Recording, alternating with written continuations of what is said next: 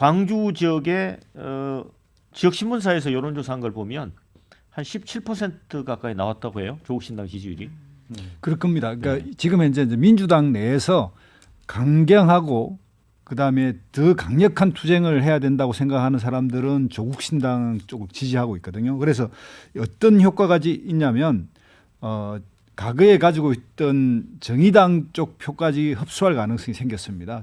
조국 신당이 거기다가 이제 지금 영입 1호 인사도 또 정의당 출신의 변호사를 그 유명인을 영입했고 그래서 조국 신당 부분은 거의 본인들이 이야기한 10석 가까이 갈 가능성이 있는데 상대적으로 민주당의 이제 이재명의 민주당이 어떤 행태를 찢냐면 민주개혁 진보연합 비례정당을 만들 예정이지 않습니까? 여기가 상당히 좌파스러운 정당들이 들어오고 우리 사회에서 이게 좀 이래도 되나 이렇게 생각했는데 이게 이제 상대적으로 오히려 좀 온건해 보일 가능성도 있어 보여요. 그러면 사실은 민주당의 전통 그러니까 비례대표 투표에서 말하면 이 부분이 왼쪽이었던 민주당의 어떤 이런 비례가 온건해 보이고 오히려 더 왼쪽에 더 강력한 게 이제 조국 신당이 등장해 버리면 가장 타격을 받는 거는 이낙연의 이제 신당일 것 같습니다. 새로운 미래라는 당이. 결과적으로는 지역구는 민주당, 비례대표는 조국 신당 이렇게 찍을 가능성도 그렇죠. 있고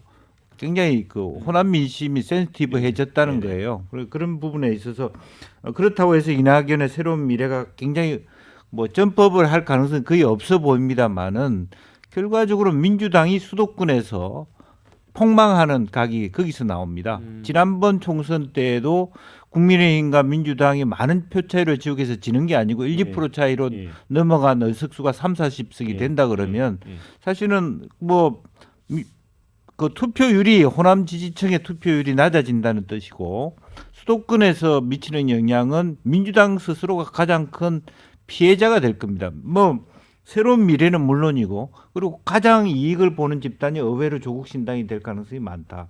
조국 신당에 대해서는 결국에는 이것이 떴다방 정당이기 때문에 어차피 한국 정치를 더 건강하게 변화시키는 건 아니거든요. 근데 조국 신당이 공감을 얻는 이유는 지금 민주당이 방향을 잡지 못하고 내부 투쟁으로 저렇게 지리멸렬하고 있기 때문에 그러느니 차라리 그냥 윤석열 정권에 대해서 엄중한 경고장이라도 더 날리자 이런 의도도 저는 이 안에 다 들어있다고 생각이 들어서 저는 이것이 비례대표에서는 지금처럼 계속 가고 민주당이 지리멸렬한다 그러면은 의외로 저는 상당히 비례대표에서 선전할 가능성은 좀 있어 보인다. 선거 과정에서는 뭐 치열하게 경쟁을 하겠죠. 왜냐하면 주어져 있는 파일을 갖고 서로 차지를 해야 되니까.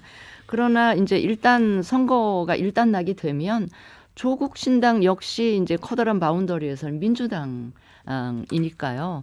뭐 그럴 것 같습니다. 그러니까 선거 과정에는 치열하게 경쟁을 하나 이후에는 다 같은 민주당 그 울타리 안으로 들어오는 뭐 이런 과정이 진행이 되지 않을까 싶습니다. 네.